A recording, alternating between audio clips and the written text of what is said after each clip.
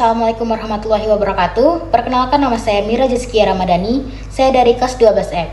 Di sini saya akan mempresentasikan materi yang saya dapati dan saya pelajari tentang Indonesia di masa kepemimpinan Soeharto.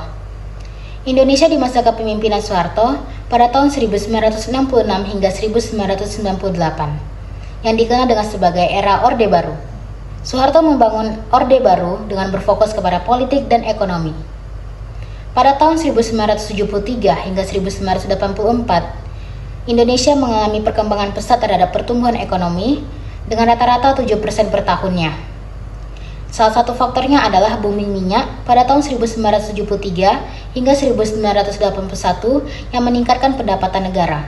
Selain itu, swasembada pangan yang dimulai pada tahun 1973 yang akhirnya berhasil pada tahun 1984 yang menjadikan Indonesia mandiri dalam produksi beras dan banyak menarik investasi asing. Namun, di balik keberhasilannya, ada korupsi, pembungkam oposisi, dan kontrol ketat terhadap rakyat. Dalam politik, Soeharto memimpin secara otoriter, yang dimana hanya ada boleh 3 partai yang boleh ikut pemilu, sementara militer memiliki peran besar dalam pemerintahan. Memasuki tahun 1997, dalam segi sosial, Soeharto membangun banyak sekolah dan infrastruktur. Namun kesenjangan sosial semakin besar dan puncak terjadinya kerusuhan pada Mei 1998 yang menyebabkan banyaknya korban jiwa dan kerusakan. Krisis ekonomi melanda Indonesia yang menyebabkan demonstrasi besar-besaran dan akhirnya puncaknya pada tahun 1998 tanggal 21 Mei Soeharto mengundurkan diri selama 32 tahun berkuasa.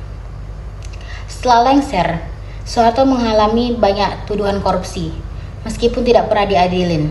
Dan akhirnya, pada tanggal 27 Januari tahun 2008, Soeharto meninggal dunia di RSPP atau Rumah Sakit Pusat Pertamina Jakarta. Dan akhirnya, Soeharto dimakamkan pada tanggal 28 Januari tahun 2008 di Astana Giri Bangun, Karanganyar, Jawa Tengah, di samping makam istrinya, Tina Soeharto. Sekian materi dari saya. Wassalamualaikum warahmatullahi wabarakatuh.